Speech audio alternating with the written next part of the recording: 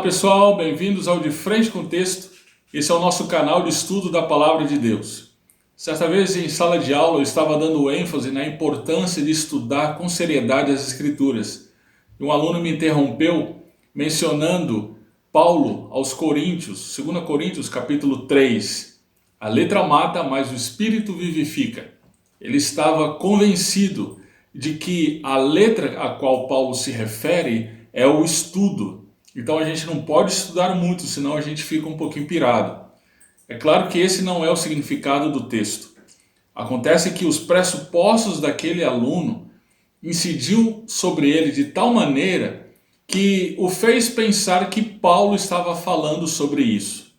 Essa semana, na dica de estudo do texto, nós vamos trabalhar sobre texto e pressupostos. Dá uma verificada lá. E essa semana nós vamos, na sequência de Pedro, também estudar 1 Pedro, capítulo 1, verso 17 a 21. Paulo continua a falar sobre santidade e ele exorta a que vivamos uma vida santa baseado no temor do Senhor. Verifica lá. E lembre-se de se inscrever no nosso canal e ativar o sininho para que você fique atento em relação a quando nós colocarmos os vídeos. Vamos comigo, de frente com o texto.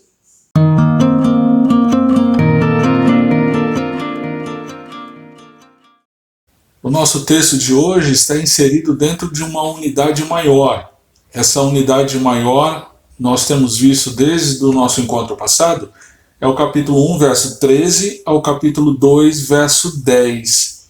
Nós temos visto que ele tem algumas divisões, o verso 13 até o verso 16, verso 17 ao verso 21, verso 22 até o final do capítulo 1, capítulo 2, verso 1 ao 3, capítulo 2, verso 4 e 5, e o verso 6 até o finalzinho. Uma outra forma de visualizar isso seria, então, nesse diagrama, onde nós temos o capítulo 1, verso 1 e 2, a saudação, o capítulo 1, verso 3 a 12, a sessão anterior que nós estudamos, e então essa sessão maior que nós estamos estudando agora, que é o capítulo 1, verso 13 ao capítulo 2, verso 10. Então, muito bem, vamos ao nosso texto de hoje, que é o capítulo 1, verso 17 ao 21. Acompanhem comigo a leitura. E, se vocês invocam como Pai aquele que, sem parcialidade, julga segundo as obras de cada um, vivam em temor durante o tempo da peregrinação de vocês, sabendo que não foi mediante coisas perecíveis, como prata ou ouro, que vocês foram resgatados da vida inútil que seus pais lhes legaram, mas pelo precioso sangue de Cristo, como de um cordeiro sem defeito e sem mácula. Ele foi conhecido antes da fundação do mundo, mas foi manifestado nesses últimos tempos em favor de vocês. Por meio dele vocês creem em Deus, o qual o ressuscitou dentre os mortos e lhe deu glória, para que a fé e a esperança de vocês estejam em Deus. Amém. Vamos orar. Pai eterno, nós te damos graças porque temos o privilégio de ter acesso às Santas Escrituras. Rogamos que o Senhor abra os nossos olhos e o nosso coração para que possamos entender e aplicar a Tua Palavra às nossas vidas e assim o nosso Rei Jesus ser exaltado. No nome de quem nós oramos. Amém.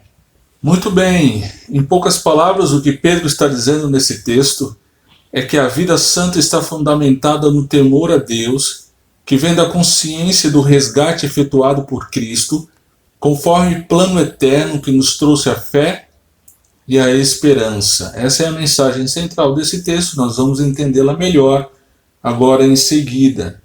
Perceba que esse texto ele tem uma pequena divisão aqui no finalzinho do verso 19. Então nós vamos estudar o verso 17 ao 19 e depois o verso 20 e 21. Perceba que Pedro ele começa o verso 17 com uma conjunção e Isso porque esse texto faz parte da sessão anterior, que é o verso 13 ao verso 16. Naquele texto, você está lembrado que Pedro diz que, uma vez salvos, essa salvação deve nos levar à santidade. Então, Pedro está tratando diretamente sobre a santificação dos crentes no período de peregrinação. Enquanto estamos peregrinando nesse mundo rumo à nossa herança celestial, nós devemos ser santos, porque o nosso Pai Celestial, ele é santo. Então é por isso que ele começa aqui com essa conjunção, e ele continua então dessa forma, tratando deste assunto. Em seguida, ele diz, se vocês invocam como Pai, ele chama então Deus de Pai. Perceba que no capítulo 1, verso 14, ele trata os seus leitores como filhos obedientes. Está lembrado disso, não é? Então, uma vez que Deus é o nosso Pai, nós o chamamos e o invocamos como nosso Pai, então esse Pai, ele sem parcialidade julga segundo as obras de cada um. É interessante aqui Pedro trazer à memória dos seus leitores a questão do julgamento. O verbo aqui está no presente, né? Parece que Pedro está dizendo aqui que esse julgamento acontece nesse tempo. Ele não vai julgar tão somente no dia do juízo, mas agora, nesse tempo presente, enquanto somos peregrinos, Deus, ele julga. Perceba o seguinte, os crentes em Cristo, eles não estão debaixo de juízo de Deus. O juízo de Deus pertence àqueles que rejeitam a Cristo, ok? Então, esse julgamento em que Pedro se refere é o julgamento de disciplina. Deus, como Pai, ele disciplina. E ele disciplina os seus filhos sem parcialidade. É o que o autor de Hebreus, no capítulo 12, verso 10, diz: Deus nos disciplina para o nosso bem, para sermos participantes da sua santidade. Então, sem parcialidade é a expressão que Moisés usa em Deuteronômio capítulo 10, verso 17, sem favoritismo. Deus, ele disciplina os seus filhos, né, de acordo com as suas obras. Perceba que o que Pedro está dizendo aqui não é que nós seremos salvos mediante as nossas obras, mas uma vez salvos, nós seremos disciplinados por conta das nossas obras. Perceba então que Pedro continua o texto dizendo, uma vez que Deus, ele é Pai, que julga ou disciplina os seus filhos, então vivam em temor durante o tempo da peregrinação de vocês. Perceba aqui o verbo no imperativo, vivam. Esse imperativo, então, ele é muito importante aqui nesse contexto, que a vida de vocês seja pautada pelo quê? Que a vida de vocês seja levada como vocês quiserem, como vocês acharem melhor. Vocês já foram salvos mesmos, então vocês podem fazer o que vocês quiserem, acharem por bem. É isso? Não, não. O texto diz, vivam em temor. E esse temor está ligado à peregrinação. Vivam em temor durante o tempo da peregrinação. Isso aqui é interessante. Isso remonta ao contexto de libertação do povo de Israel do Egito. Vamos dar uma olhada lá em Êxodo, aqui na nossa referência cruzada, Êxodo capítulo 20, verso 18 a 20. O contexto aqui é que o povo foi liberto, eles estão rumo à terra prometida, e logo no início da peregrinação eles param no Monte Sinai, e ali no Monte Sinai, o que é que acontece? Olha só, o povo presenciou os trovões, relâmpagos, som da trombeta, o monte fumegante, e o povo então tremeu de medo diante do Senhor. Olha lá o verso 20, o que diz, né? Eles tiveram temor do Deus vivo. Olha no finalzinho o que eles dizem: não tenham medo. Moisés dizendo ao povo: Deus veio para provar vocês e para que o seu temor esteja diante de vocês, a fim de que não pequem. Perceba então o tema da santidade diretamente relacionada ao tema do temor. É interessante em Hebreus, no capítulo 12, quando o autor de Hebreus está falando sobre também o tema da santidade, né? E ele menciona essa ocasião aqui em Êxodo capítulo 20. Dá uma olhada lá, no capítulo 12, verso 18, diz: vocês não chegaram ao fogo palpável e acesso à escuridão, às trevas, à tempestade, ao toque da trombeta, ao som de palavras tais que aqueles que ouviram isso pediram que não lhes fosse dito mais nada. Então ele está mencionando aquela ocasião. Em seguida ele diz no verso 22, pelo contrário, vocês chegaram ao monte Sião, a cidade de Deus, do Deus vivo, a Jerusalém celestial e a milhares de anjos. Ou seja, ele está dizendo, olha, vocês não tiveram a mesma experiência que o povo de Israel tiveram, mas de uma forma ainda mais forte, vocês estão diante da Jerusalém celestial. Vocês chegaram à Assembleia Festiva, à Igreja dos Primogênitos, né? E no verso 23 diz, vocês chegaram a Deus, o juiz de todos, e aos espíritos dos justos aperfeiçoados. 24, e a Jesus, o mediador da nova aliança, e ao sangue da aspersão, que fala melhor do que o sangue de Abel. Diante disso, verso 28, por isso, recebendo nós um reino inabalável, retenhamos a graça pela qual sirvamos a Deus de modo agradável, com reverência e temor, porque o nosso Deus é fogo consumidor. Essa expressão fogo consumidor se refere então à experiência de Israel lá no Monte Sinai. Então perceba que Pedro, na sua primeira carta, logo no início do verso 17, ele relaciona o temor com quem Deus é, que foi conforme revelado no Monte Sinai, em Êxodo capítulo 20. Queridos, isso nos fala muito. O processo de psicologização do Ocidente fez com que a figura paterna fosse esvaziada do papel de autoridade e educação/disciplina, e passasse a ser exclusivamente de uma espécie de Papai Noel, o bom velhinho. Rapidamente essa imagem foi transportada para Deus, foi aplicada para Deus. Sendo assim, toda vez que a Bíblia afirma Deus como juiz, como educador que disciplina, automaticamente isso é rejeitado pela mentalidade ocidental, que concebe Deus como um grande amigo permissivo, que está sempre pronto a nos levantar a moral quando estamos abatidos, mesmo quando pecamos. Cuidado! Deus não se submete àquilo que as expectativas sociais querem que ele seja. Deus é fogo consumidor.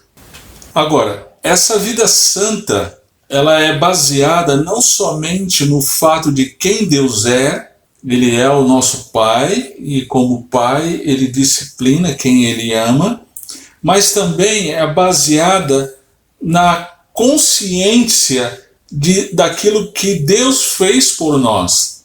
Veja no verso 18 que ele começa o versículo com o sabendo. Sabendo o quê? Bom, não foi mediante coisas perecíveis como prata ou ouro que nós fomos resgatados. Essa palavra aqui é extremamente importante. O resgate. Esse resgate remonta à aquisição da liberdade de alguém mediante pagamento, né? O pagamento do resgate. Então, refere-se à aquisição de liberdade de um escravo. Pedro, como nós já mencionamos, ele tinha em mente a libertação de Israel do Egito. É muito interessante. Dá uma olhada em Êxodo capítulo 6, verso 6, é onde aparece essa palavra lá no contexto.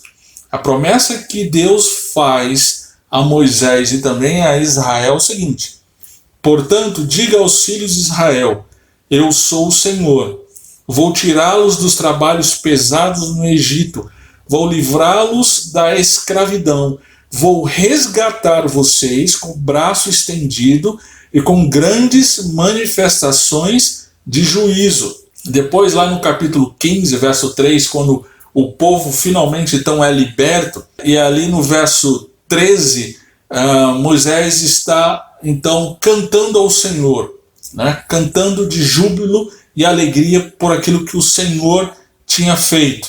E olha o que ele diz no verso 13 então: com a tua bondade guiaste o povo que salvaste, ou seja, o povo que resgataste, com a tua força levaste à habitação da tua santidade. Os salmistas também celebraram isso. Os salmos, eles trazem 11 vezes a palavra resgate. No capítulo 74, verso 2, em que o salmista ele celebra aquela ocasião especial da libertação do povo de Israel, ele diz: lembra-te da tua congregação que adquiriste desde a antiguidade, que remiste para ser a tribo da tua herança. Lembra-te do monte Sião, no qual tens habitado. Então, o que Pedro está dizendo aqui é que nós fomos resgatados, nós fomos comprados por preço, nós fomos libertos da escravidão. Agora, libertos do quê? Olha o que Pedro diz na sequência: da vida inútil que seus pais lhes legaram. Do que Pedro está mencionando aqui? Ele está falando de uma tradição religiosa sem Cristo, que é legada dos pais para os filhos de geração a geração, desde Adão. Esse legado maldito, ele nos escraviza, ele nos faz cegos, e nós seguimos esse legado por toda a vida. Mas Deus, ele nos resgata desse legado maldito, tendo pago o preço por este resgate. Isso nos fala que as nossas tradições, a nossa cultura, a nossa pedagogia, eu acho essa palavra aqui muito forte que Pedro usa, inútil. A nossa pedagogia sem Cristo é inútil. Nós simplesmente reproduzimos os hábitos, os pensamentos, a cultura dos nossos pais e passamos para frente para os nossos filhos e os nossos netos. Essa é a tradição sem Cristo. Mas nós somos resgatados dessa tradição. Nós somos comprados. Comprados pelo quê? Ou por quem? Olha como Pedro, então, ele continua. Vocês não foram resgatados por coisas perecíveis como prata ou ouro, mas vocês foram resgatados pelo precioso sangue de Cristo, como de um cordeiro sem defeito e sem mácula. Lembra que Moisés está relacionando com o contexto de libertação do povo de Israel da saída do Egito. Então, em Êxodo, no capítulo 12, está relatado o momento em que Deus manda que cada família sacrificasse um cordeiro, e o sangue desse cordeiro seria aspergido na porta de cada casa dessa família. Então foi o sangue desse cordeiro que foi o pagamento de resgate para a libertação do povo de Israel. Foi daí que surgiu então a Páscoa. Nós ainda hoje celebramos a Páscoa. A Páscoa iniciou-se então como celebração de libertação da escravidão. Agora, em João, no capítulo 1, quando João Batista, ele olha para Jesus, ele diz: eis o Cordeiro de Deus que tira o pecado do mundo. Jesus então é aquele cordeiro que foi morto para a libertação do povo de Israel. Ele era um símbolo, ele era uma sombra, ele apontava para o sacrifício maior que estava por vir, que seria feito a toda a humanidade. Cristo Jesus, o pagamento de Deus para a libertação do seu povo, para a nossa libertação. Cristo Jesus, ele paga o resgate a Deus Pai pelos nossos pecados, nos libertando da nossa escravidão. É exatamente isso que Pedro está mencionando aqui. Isso nos mostra, em primeiro lugar, nós precisamos de um resgate. Talvez você nunca tenha pensado nisso. Talvez você viva como se você fosse livre, mas isso não é verdade. A palavra de Deus nos mostra o tempo inteiro que nós somos escravos. Nós somos escravos do mundo, nós somos escravos do diabo e nós somos escravos de nós mesmos. Nós somos escravos da carne, das nossas tendências pecaminosas. Então nós precisamos de um resgate. Isso nos mostra também que nós não somos capazes de nos resgatar. Nós precisamos de um libertador que não pode ser nós mesmos, porque nós não temos essa capacidade. Agora, esse libertador é Cristo. Ele é o Cordeiro, como diz Pedro aqui, perfeito e sem mácula, dado como pagamento para a nossa libertação. Queridos, a santidade é fundamentada no temor a Deus, que é o Pai que resgatou os seus filhos por meio do sacrifício de Cristo. Isso nos diz, em primeiro lugar, que alguns consideram a doutrina da salvação pela graça uma ocasião para a vida libertina. Não! O salvo pela graça, ele deve viver em temor a Deus, que é o Pai que disciplina os seus filhos e que é aquele que deu a solução para os nossos pecados, o seu Filho, Jesus Cristo, como Cordeiro. E aí eu preciso perguntar para você, será que a sua vida tem sido pautada pelo temor a esse Deus que é Pai, que disciplina os seus filhos e que deu o seu próprio Filho como resgate para a nossa libertação? Pedro então continua a sua argumentação e aí vamos para a segunda parte do nosso texto, a partir do verso 20. Pedro começa com ele. Ele quem? Cristo. Ele está falando sobre Cristo. Cristo foi conhecido. Essa palavra é interessante, é a mesma que Pedro usou lá no capítulo 1, verso 2. Eleito segundo a presciência. Nós já vimos. Dá uma olhada lá no vídeo do capítulo 1, verso 1 e 2. Essa palavra tem a conotação de planejamento. Então, o sacrifício de Cristo foi planejado. E foi planejado antes da fundação do mundo. Cristo já existia e ele existe eternamente porque ele é Deus. Mas o seu sacrifício foi planejado antes da fundação do mundo. É o que Jesus diz no capítulo 17 do Evangelho de João, no verso 24. Pai, a minha vontade é que onde eu estou, também sejam comigo os que me deste, para que vejam a minha glória que me conferiste, porque me amaste antes da fundação do mundo. Então, antes da fundação do mundo, Jesus já existia. E antes da fundação do mundo, ele planejou o seu sacrifício pelo seu povo. Isso nos fala muito. Cristo não é o plano B de Deus, como alguns pensam. Como se Deus tivesse se desesperado lá na sala de controle do céu, ele colocou a mão na cabeça e disse, e agora? O homem fez tudo errado e o que a gente tem que fazer? Não foi isso. A morte e ressurreição de Cristo foram planejados antes mesmo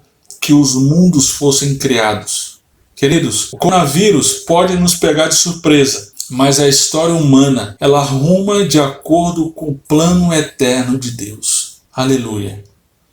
Então, Deus Pai, que disciplina os seus filhos, e por isso nós devemos ter temor a Ele, e também porque Ele sacrificou o seu próprio Filho para o nosso resgate. Esse Deus Pai, Ele nos tempo correto, no tempo planejado, ele enviou o seu Filho Jesus. Olha como Pedro diz aqui na sequência. Foi manifestado nesses últimos tempos em favor de vocês. Então, no tempo planejado por Deus, Deus Pai enviou o seu Filho. O seu Filho foi manifesto a nós e ao nosso favor. Por meio dele. Dele quem? Cristo. Vocês creem em Deus.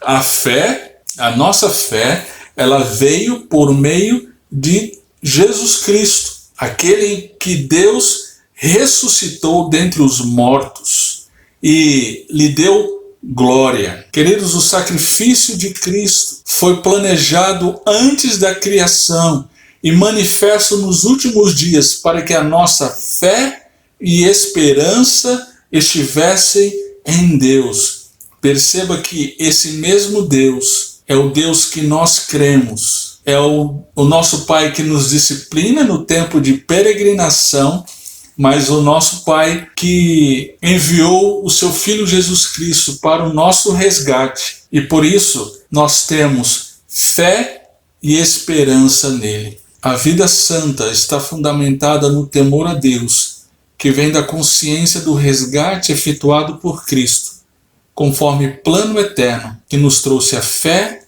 e a esperança. Querido, eu preciso perguntar para você: a sua vida tem sido pautada pelo temor a Deus, ao Deus que é Pai e por isso disciplina os seus filhos, e também um Deus que deu o seu próprio Filho em resgate por você? Nesse momento, ore ao Senhor. Que pecado você precisa abandonar? Peça ao Senhor que mostre a você. Talvez seja mentira, quem sabe explosões de ira, ou mesmo na área sexual, não sei. Seja lá qual for, abandone-o imediatamente. Lembre-se quem é Deus e o que Ele fez por você. Que Deus nos abençoe.